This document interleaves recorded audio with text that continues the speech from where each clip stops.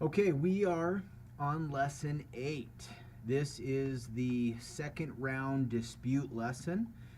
For the most part, most of you should have received replies back from all three of the credit bureaus. Now, why we're positioning this step where it's at is because we are condensing into a time frame that credit repair companies will stretch out over 9 months. We don't want you to have to take a course like this for 9 months when there's a way to have you being proactive, learning, but doing it in a way to where you can retain this for the future. And so conventionally, at this point, you would have done, one round of disputes because you only have 5 items for that scenario, and so now it's time to do a second round dispute. Now, this is going to be something that takes place a little bit further out if you've got a ton of items and you're just dealing with one of your first rounds right now. So a little bit of this is hypothetical, but still it's going to apply to everybody. So what takes place now is you are going to bring together all the items that were not removed from your round one, and you're going to do a prove it letter. This time you want them to prove to you who they spoke with, who validated this item. And so this is another example of a letter, sample letter, that is going to be a PDF download for you to grab. Now, in this prove it letter, in most cases, they will either, again, delete it, kind of a second chance there, or they will send you the information that you are requesting.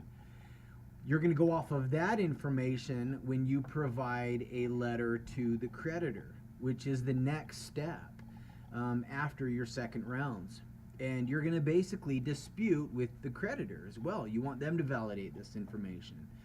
You want them to send you something that's true and accurate. If they cannot do that, then you can use that response to get the item removed. And so there's also a sample letter in there for your creditor. Collection companies or collections within your creditor system, you're going to do a debt validation letter. You want them to validate that debt.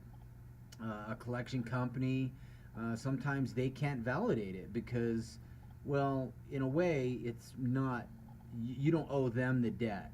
They purchased your debt, and so you do, but they're not the originator of that debt. And if they can't validate every bit of information on there as well, you can then use that to get that item removed from the credit bureaus.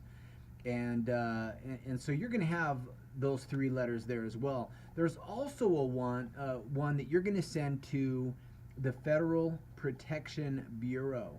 And what you're going to do here is, if an item does not come off of the bureaus and it is incorrect, it is an item that should not be on there, you're able to prove, in fact, that that item should be removed because it's inaccurate, it's just not true, it's misleading somehow.